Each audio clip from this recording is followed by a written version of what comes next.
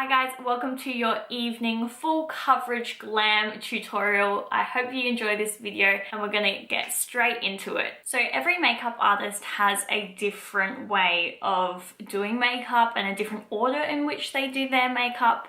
But me personally, I really like starting with the brows and the eyes first, especially when I'm using darker colors. So that way I can clean up any fallout underneath the eyes and move on to my foundation later. So what I'm actually going to start with is putting concealer all the way around my eyebrows and all the way over my eyelid. This way I can carve out my brows without them looking actually cut out.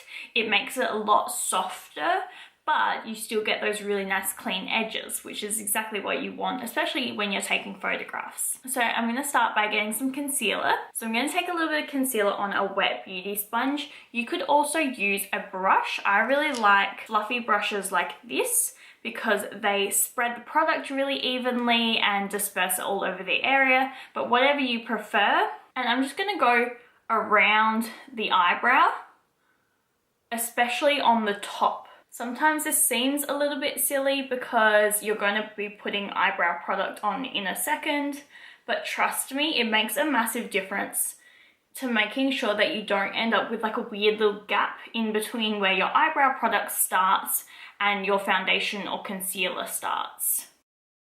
So I'm just pouncing that all over the top and underneath the eyebrow, and then bringing it all the way out to the temple. You don't have to get it in your eyebrows, but I always end up doing it, especially if I'm applying it with a big sponge. So now there's concealer all the way around my eyebrows. Now I can fill in my eyebrows and I'm not worried about there being any skin showing through. Taking a brow pomade, you're gonna pop this on your palette as well, or on the back of your hand. Taking a bit of your brow pomade, I find if this starts to dry out at all, you can add a drop of oil into it to rehydrate that product. And I'm taking a very, very small fine brush and loading up both sides of that brush with product, so all those bristles kind of stick together. And I'm going to focus on the arch of my brow and trace that area out first, because that's where I want the most amount of product, is in this arch area. And then taking it down the tail of my brow. And then I'm going to pick up a little bit more product. And I'm going to start from the front of my brow on the underside. And we're essentially trying to create a nice straight line. So I'm going to hold my brush kind of at a 90-degree angle to my face, so that way I'm not going to smudge anything underneath. It's going to stay really nice and straight. And I'm going to start drawing in that underside. Bringing that up into the rest of the brow. And now that I've mapped out that as my lowest point of my brow, all of the hair strokes that I'm going to draw are going to come from that line and go upwards. So holding my brush straight up, I'm just going to draw little hair strokes vertically. That's okay if you do mess up this line, because we are going to carve it out later. So now all I'm doing is following the direction of the hair growth. So if the hairs grow straight up, I'm going to draw my lines straight up. If the hair grows kind of diagonally, I'm going to draw diagonally. That way we're creating a more natural texture to the brow. And I'm just flicking my brush to create little tiny hair strokes and fill in the front of the brow really nice and naturally. So once the brow has pretty much been filled in, you're going to take a spoolie and brush upwards in the front of the brow and then brush to the right for the rest of the brow, just following the natural hair growth again. But brushing it through will help disperse any product that might be a bit clumpy or hasn't really blended as nicely as you would like. So you always want to buff out that product with your spoolie, just brushing in the way that the hair grows. So now the brow should still look quite natural, because the front of the brow should kind of have an ombre effect where it's a little bit lighter and then it comes out to more of a crisp end. But to make it as neat as possible and really carve out that shape, I'm going to take a flat concealer brush. I'm only going to put concealer on one side of my brush, and I'm going to hold it vertically. This will ensure that I don't mess up the line that we're creating underneath, and I'll create a really nice straight edge. So I'm holding my brush vertically like this, and I'm just going to carve out the underside of that brow, anywhere that I feel like got a little bit messed up or it doesn't look as neat. And I also like to carve out the tail sometimes and make sure those hairs are sitting really nice and crisp. And then the key is always to blend, so I'm going to make sure that that is all blended out, because you don't want it to look like there is a really harsh edge just there.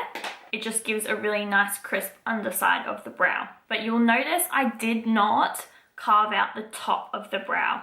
I find this is what makes it look very like cut out and isn't as flattering. So if you put the concealer on first, you don't need to then cut out the top of the brow because there's already concealer there anyway. So I'm going to finish the other brow and I'll be right back. So now the eyebrows are done, I'm going to move on to concealing the entire eyelid. So we did go a little bit down onto the brow bone, but I'm going to go all the way over the eyelid now, into the inner corner of the eye, and kind of drag it all the way out as well, so we've got room to blend. So you could use the same brush or sponge that you used before, but I want to show you guys my favorite brush. This is a really fluffy blending brush. This is usually used for blending out eyeshadows, and I love it in the crease for blending out all my colors, but it is the best thing if you are in a time crunch and you want to apply concealer to somebody's under eyes or somebody's eyelids. By using a fluffy brush like this, it gets the job done so quickly, but also it blends it at the same time, so you don't end up with those big annoying lines all over your face. And you'll find you actually use a lot less product because it spreads such a thin layer of concealer all over the eye that you don't end up using quite as much, which is good for especially around the eyes, because the more product you have on the eyes, the more chance it has of creasing or falling into fine lines or wrinkles or anything like that. And then while there is no creases or lines, I'm going to immediately set that concealer. So I'm taking a skin tone powder on the exact same brush, and I'm just going to tap that all over the eye, because this is going to set that concealer in place, make sure it doesn't crease or move, but also make sure that our blending of all of our colors later on goes really smoothly. Now that whole eye area is prepped, if I touch it, it does not feel tacky, and that's kind of what you're looking for. You don't want the tackiness to be there, because if it's tacky at all, it's going to make your eyeshadow harder to blend. As with every single eye makeup you're going to do, you're going to use a transition shade. So I'm going to take this warm brown here, it's slightly lighter, and a very, very big fluffy brush. And I'm just going to tap in a couple of times, tap off the excess, but it doesn't really matter if you do get fallout because we can always clean that up later. And this is going to be dusted into the crease. And I like big brushes like this just because it gets the job done really, really quickly. And this color is going to be blended pretty much all the way up to the eyebrow, leaving a 1 to 2 millimeter gap underneath the eyebrows.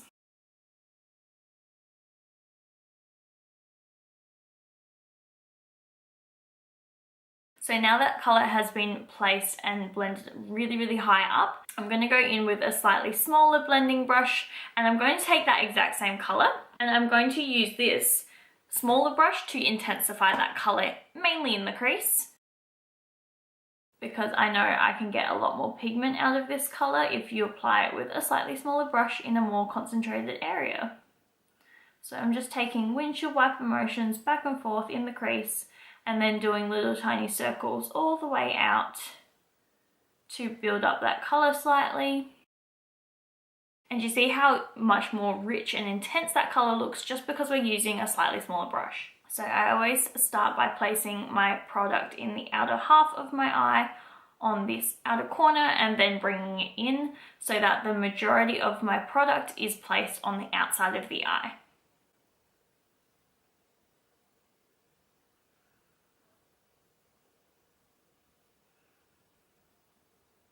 And if you ever want to blend it out, you can always go back in with your big brush and just dust over the edges. So it's a really quick, easy way of blending. Next, I'm taking a shade, which is your darkest color, and I'm going to take this dark brown here. You'll notice that this whole palette is pretty much all warm tones, so any colors I use are going to complement each other. But because I've used a warm transition, I'm going to go in with a warm brown, but it's darker. Taking the same brush that we just used, I'm going to dip in a couple times, tap off the excess, and now I'm going to place this on the outer half of the crease. So looking down or closing the eyes, place your product on the outside of the eye and just tap and press. And what that's going to do is help to build up that color and put it exactly where you want it. So I'm just pressing, pressing, pressing. And now that I'm happy with where that is, I'm going to just take what's left over. I'm going to start to blend that into the middle of the eye. So doing little tiny circles to blend it towards the inner half of the crease.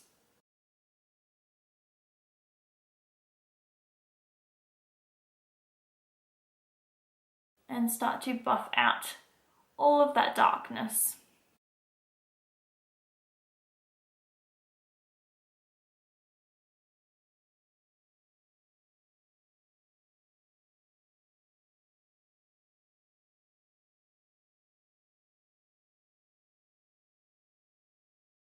So I just blended that for ages, and I mean ages. So I just kept on doing little tiny circles until I got the shape that I was looking for, and those colors no longer had like a big straight edge anywhere. They just should fade out and really, really be buffed out.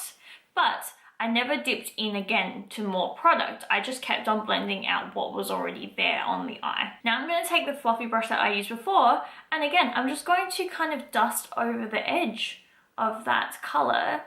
And it's the quickest and easiest way to make sure that all of the colors blend into the skin really nicely and look really soft, especially on the outer corner of your eye and when you're trying to blend it outwards. So now I'm going to repeat that on the other side. Next, I'm going to sandwich in that dark color with a little bit more of the transition color that we used before on your smaller blending brush and tap off excess. And I'm just basically going to trace this over the outer edge of that dark color just to blend it in even further and to re-intensify that transition color so we add a bit more warmth back in. And that should just darken up the entire makeup, because a lot of the time when you're blending you will lose some of that pigment, so it's always nice to go back in and re-intensify it.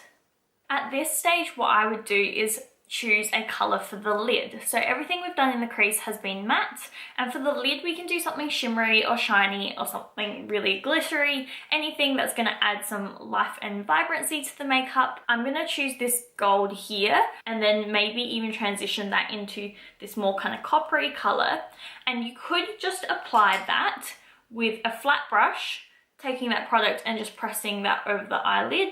That's always going to look really, really flattering, and there's the kind of style of makeup that I find looks amazing for people's formals or anything like that. I'm going to amplify this even more by doing a half cut crease first and then applying those colors over the top. So for that, I'm going to use the Danessa Myricks Color Fix. This is a waterproof kind of concealer hybrid.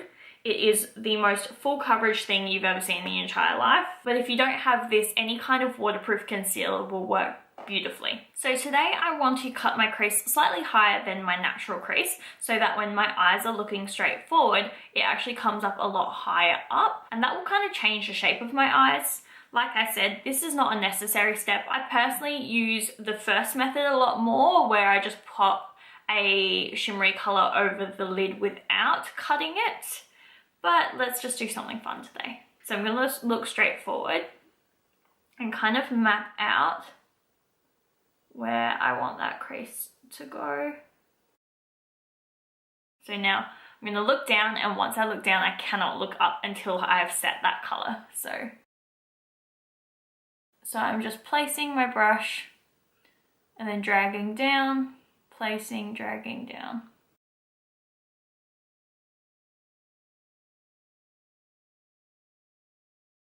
And I'm just going to slowly build up that shape.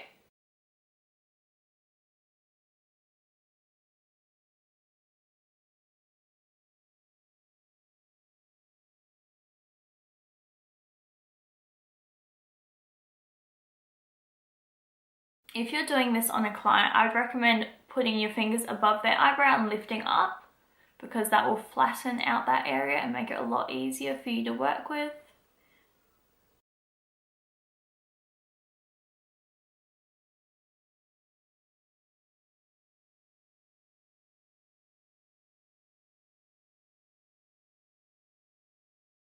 And then when you get to this outer portion, I'm just going to use my finger to blend out the outer half of that concealer, just so there's no harsh edge.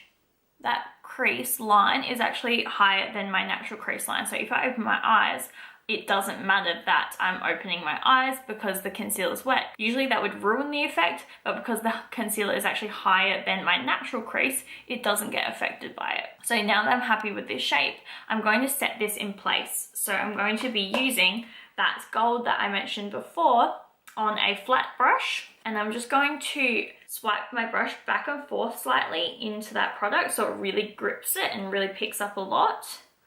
Tap off any excess, and I'm just going to press this into the inner corner of the eye.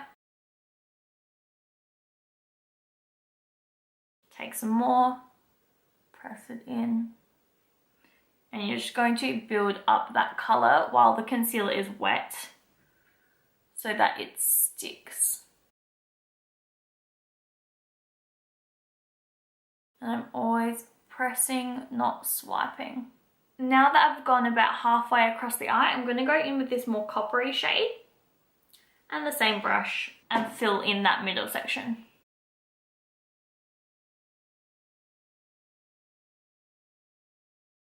And then this palette has a really nice white with a yellow shimmer, so I'm going to use that for the inner corner of my eye and just pop that right in that tear duct area. So now you should have somewhat of an ombre effect where it goes lighter, medium, dark on that lid. And if you do need to, you can always go back in with that dark brown and just re-buff out the outer corner. Make sure everything's blended. So now that the eyeshadow on top is done, I'm going to finish off with some eyeliner. Totally up to you what type of eyeliner you want to do. A smoky eyeliner would look really, really good with this look. So applying a little bit of black eyeshadow to the lash line and then popping a pair of lashes on is going to look really nice with this sort of look. I personally love a winged liner, so that's what I'm going to do now. But choose whatever eyeliner style suits your model or their eye shape. So I've just done the eyeliner, but no mascara yet, because I'll do that when we have finished underneath the eyes. So what I'm going to do is use some micellar water on a cotton round. You could also use a little bit of moisturizer or primer. They work amazingly for this. And you're just going to wipe away any excess underneath the eyes, trying not to get too close to any of the eyeshadow that may be blended underneath the winged liner if you did a wing. So now there is no fallout underneath the eyes, I'm going to re-prime underneath my eyes. So put a little bit of primer just there. And that's why it's actually good to use primer on a cotton pad, because then you don't have to re-prime. So now I'm going to conceal underneath the eyes. So taking the same concealer brush I used before, you can just paint this underneath the eyes almost in a triangular shape, so going down and then all the way up onto the top of the cheekbone. And using the fluffy brush, this enables you to get right underneath those lower lashes and blend into the eyeshadow that's underneath the eye.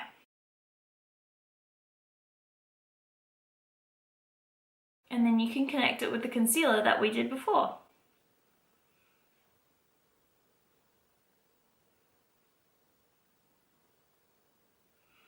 And And then I just like to dust this downwards and make sure it blends out to nothing.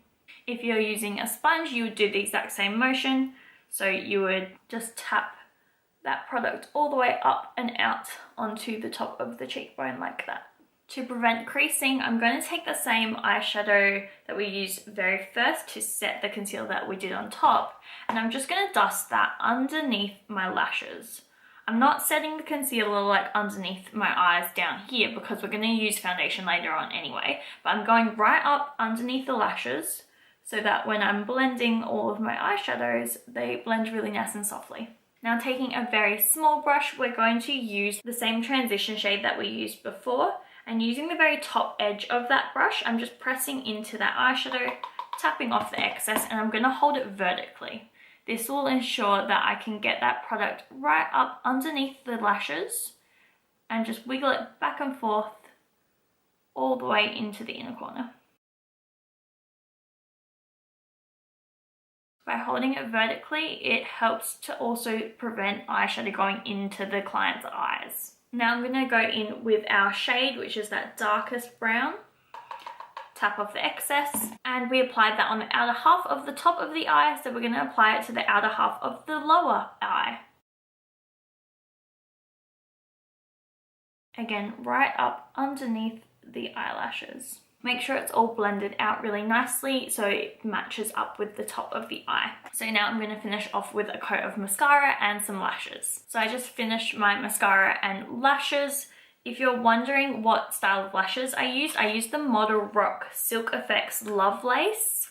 They are a very spiky kind of style of lash, but they have a nice wing on the outside corner, which again flatters my eye shape because I have an almond eye shape. So now the eyes are done, we're going to move on to the base. So we obviously have concealer underneath the eyes here and around the brows. So when we're applying our foundation, we only have to do the forehead and the cheek area. Because I have drier skin, but I still want full coverage, I'm going to choose the Makeup Forever Stick Foundation. This is beautiful because it is full coverage but very, very creamy on the skin. If someone had more oily skin, I would recommend more of a matte foundation instead. But because we're doing almost like formal makeup where you do want a little bit more coverage and you want a little bit more glamour with the eye makeup, a full coverage base is going to suit this kind of style of makeup. So for a stick foundation, you want to just scrape off the top of the foundation, pop that onto your palette or onto the back of your hand, and use that to apply to the face.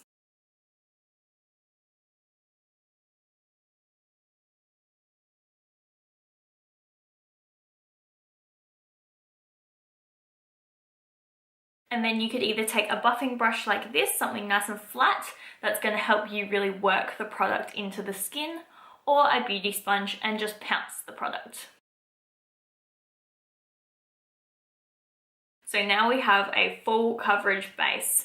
The foundation itself has so much coverage in it that you don't end up needing a lot of concealer. However, if your client had some remedial conditions, so anything like acne or maybe some pigmentation in the skin, you could always follow along with another layer of concealer at this stage as well. So if that was the case, I would take the same concealer brush that we used before and just dot that product over the areas where you have the skin condition. So just tap it or do little tiny circles just to kind of buff it into the face. And that should blend really, really nicely with the foundation. You shouldn't see any seams. If you do see the kind of line around it, just go back in with your sponge or your foundation brush and keep on layering the product until those little areas of concern disappear completely and you can't see any of the color coming through. But you do have to remind yourself and your clients that we can only cover up color. We can't cover up texture. So if you do have any kind of scarring or texture to the skin, we're not going to be able to just make that disappear, but we can reduce the appearance of it simply by changing the color of the skin. So I'm just building up anywhere that I see any redness still poking through, just taking my little concealer brush and tapping on a little bit more product. And now you should not be able to see any pigmentation whatsoever coming through your foundation. It should pretty much be just one beautiful blank canvas. So if my client had more oily skin, I would set the entire face with powder at this stage and focus more on highlighting and contouring with powder products. But if your client has more dehydrated skin or they're a bit more mature, using cream products can really help to intensify the makeup, but also to help with adding more moisture into the skin. There are so many different options when it comes to cream contouring. You could use a dark foundation as your cream contour. You could take a full cream contour palette. You could also use a darker concealer, or there are products like Shape Sticks, which are darker colors as well. All of these products will work, but the key is finding a product that's going to complement the skin and blend in with the foundation. So because my foundation is so creamy, I want to find a creamy product to put over the top. So I'm going to take some product from a cream contour palette, scrape some off and pop it on the back of my hand. And what I like to do is kind of spread this out slightly. And then to make sure that the color isn't too intense, you can also add in a drop or two of your foundation into this color to make sure that it's not just brown going straight onto the face, but instead it's more of a natural kind of color. So by adding in a little bit of foundation, that's just going to help thin out that product, and it's also going to help it blend into what you have on the face currently. So then what I would do is take a slightly fluffy brush. So I don't want to take a flat concealer brush and then just draw a line on the cheek, because you'll more than likely always be able to see that line. Instead, if I take a fluffier brush, so picking up just a tiny bit of that product, and I mean tiny, you don't need a lot at all, and I'm going to start in the outer half of my cheek. Basically aiming from the top of the cheekbone down towards the mouth is the kind of line that we're going to follow. And I'm going to start by buffing this in first. So that way I'm never going to end up with a big straight line. It's just always going to be really blended into the foundation.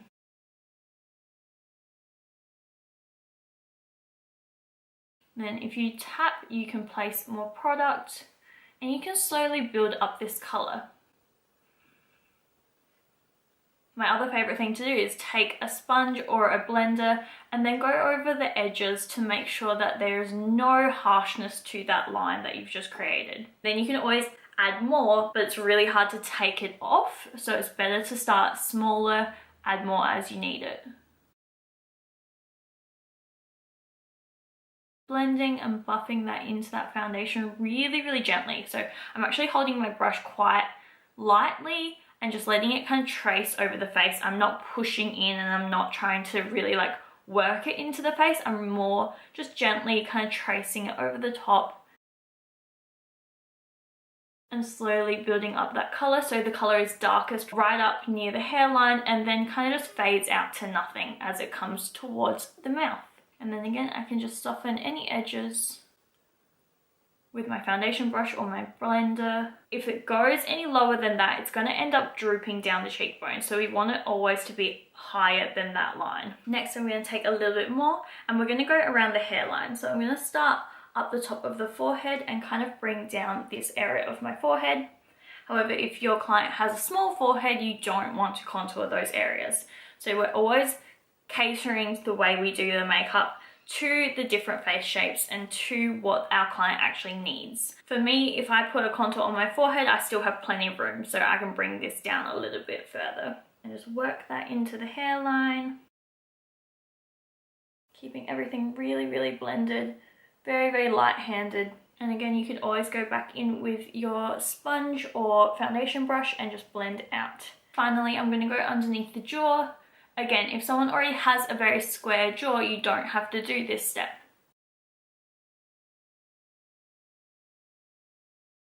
So already this has given me some shape to the face, but what I want to do at this stage is actually set everything in place, and then I'm going to go over the top of this with a powder contour as well. So now I'm just going to set over the entire face with some translucent powder, very lightly, like I said before, because I have dry skin. So I just want to basically keep everything in place but not dry out my skin too much. If your client has more oily skin, I'd recommend using a foundation powder with a little bit more pigment in it, because these tend to have a little bit more talc in them or ingredients that help to soak up a little bit of that excess oil. I also make sure to go up underneath the eyes slightly because we did not set that area before, and focusing on any areas that tend to move around. So smile lines just above the chin here, and any kind of frown lines as well. So my skin will still feel a little bit more hydrated at this point. One trick I like to use when I am gonna do a little bit more heavy of a contour is taking a foundation powder and using a little bit of that to set where we just popped that contour color. So by using a foundation powder, this is slightly darker than the skin, and I'm able to set over this area here and blend it up a little bit. So when I do my contour later on, it's gonna have something to blend into, and it's actually gonna make it fade into the skin even more gently because it's got that kind of almost like a transition color for the rest of the face. So I like to pop something like this on the perimeters of my face where I'm going to put the contour afterwards. And you'll notice every time I'm pressing the powder onto the face, I'm not swiping it and I'm not kind of buffing it in. I'm actually just tapping it all over because I don't want to move all of that product that we have underneath, because as soon as I start to press down and swipe, I may potentially move the foundation that we just worked so hard on. So already that's given the face a little bit more color, and now I'm going to go in with an actual bronzer slash contour color. A bronzer is usually more warm tone and a contour is usually more cool toned. So because I have slightly more of a cool tone as my cream contour, I'm able to use now a more warm bronzer and really start to chisel out those cheekbones and add a bit more color into the face and add a bit more warmth into the face since the eyes are so warm. So again, I'm basically focusing this on the top portion of this cheek, pressing where I want to apply more product, and then doing little tiny circles to buff out and down. And I'm not ever letting it go lower than that line that we created before. So this will help to lift up that cheekbone and really swoop up that side of the face. And again, we're trying to concentrate the most amount of product right up the top here and then just let it fade as it goes towards the mouth. You could also re-intensify any of the contouring you did before, but I find the cheeks can be a little bit darker than the rest of the face. Next, blush. So we need to add some color right to the apple of the cheeks here. So I'm going to use a peachy toned blush because we're using all of those warm tones on the eyes. So a warm toned blush is going to suit this look. So just taking a little bit of product, I like to tap in and then tap it on the lid or tap it on the mirror, just so you don't have a buildup of product in one area of your brush and instead it's dispersed all the way around. You could even tap it on your hand or onto a tissue or something like that. Then you're going to get your client to smile, so that you can really see the apple of their cheek, and you're just going to tap and tap and tap right on the apple of the cheek. And then when you've placed a majority of your product, you can then bring it up. So we've got our contour line and we're going to put our blush just slightly higher than that. So they kind of mix together slightly and blend together really, really nicely. So now there's a really nice warmth to the cheek. So that adds that life back into the face. It is such an important step, and I really hate it when people skip blush because it does really help make you look alive again, especially with a very full coverage foundation. And so finally, we're going to add some glow into the skin. So taking a warmer toned highlight, this is a slightly yellow vanilla kind of colored highlight, so it's going to suit the golds on the eyes. I would choose something like champagne or gold or something like that. If you have a darker skin client, any kind of warm kind of caramel color will really suit. So I've just got a little fan brush and I'm dusting this right on the top high point of the cheekbone. I'm not bringing it down to the front of the cheek here, because especially if my client has any kind of texture in their skin, if I bring down that highlight, it's going to emphasize that texture. So instead, I like to keep it right on this high point up near the temple here. And then I'm going to pop some on the cupid's bow, so just on the top of the lip, because that's going to make the lip look fuller. You can also take a really tiny brush and put a little dot right on the tip of the nose. If someone had a larger nose, I would not do this because putting a highlight just here is actually going to bring that area forward. So if someone already had a larger nose and they didn't want to emphasize it, I would not do this little step here. But if you have a slightly more shallow bridge of the nose, you could put a line down the bridge of the nose. Whatever you're trying to kind of bring out, you're going to put a highlight on. So I want to bring out the tip of my nose, so I like to put it right on the tip here. I'm also going to use that same color in the inner corners of my eyes just to tie the whole makeup together, add even more brightness right into the inner corner of the eyes, and that kind of just ties everything together. If your client did have a slightly wider nose and you wanted to contour the nose, I wouldn't go in with a cream contour like we did before, or even the bronzer that you used on the cheeks. What I would tend to look for is a face powder that is 1 to 2 shades darker than their skin, just very lightly graze the sides of the nose rather than drawing big harsh lines, because honestly, nose contouring never looks realistic. It looks good for photos. If you take a face powder on an eyeshadow brush and then just lightly graze that down the sides of the nose, that is plenty of pigment for it to create that contoured effect to the nose without looking like you've just drawn 2 big stripes. So I go under the tip of the nose. If you want to lift up the tip, you can do a whole bunch of things with the different shapes that you create, but just make sure that you always keep it very, very blended. That is the key. For the lips, I'm going to use a warm tone, natural kind of color. So I'm starting with a lip liner and lining the entire lip. Coloring in the whole thing.